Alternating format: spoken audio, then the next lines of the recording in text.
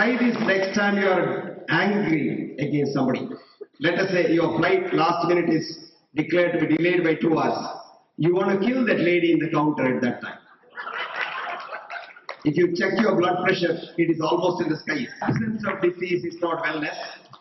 Because there are people who are diseased, not ordinary disease, horrible disease, who have lived well for as long as 3 to 4 decades. Give you one example.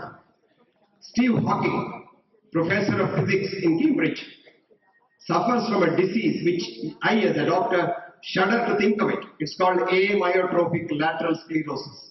According to my textbook, the diagnosis of amyotrophic lateral sclerosis, the patient will be dead in 2 years' time. 42 years this man has been doing phenomenal work in theoretic physics, writing books, lecturing, teaching in Cambridge and doing research. Because he has a healthy mind. What is that? Enthusiasm to work and enthusiasm to become passionate.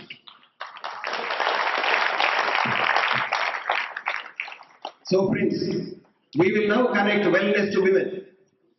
If women are educated, women are well, the future generation becomes well, the future generation becomes educated, and future leaders become educated, and future bureaucrats become educated.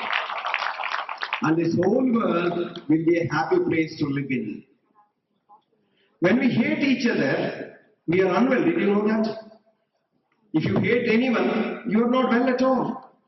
Because hating is alien to human normal cell. Cell loves another cell. Actually, cell loves another cell of another human being also.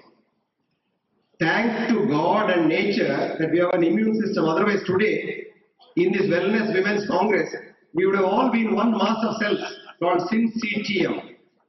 Did you know that? Our cells attract one another so much. That's why if you sit by the side of good people like Madam Minister and Karthikeyan, I get all their good leptococcus and I become a better human being. This is a movement that Peter has started, and I want this movement to spread to the whole world.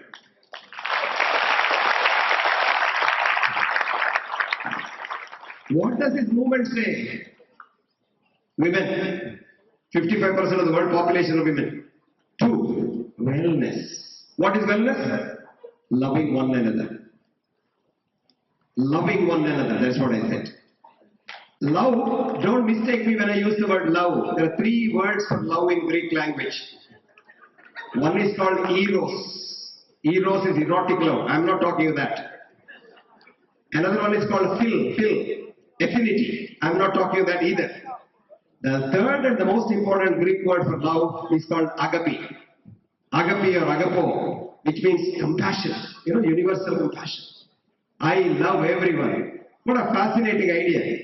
So, compassion is agape. Me agapo.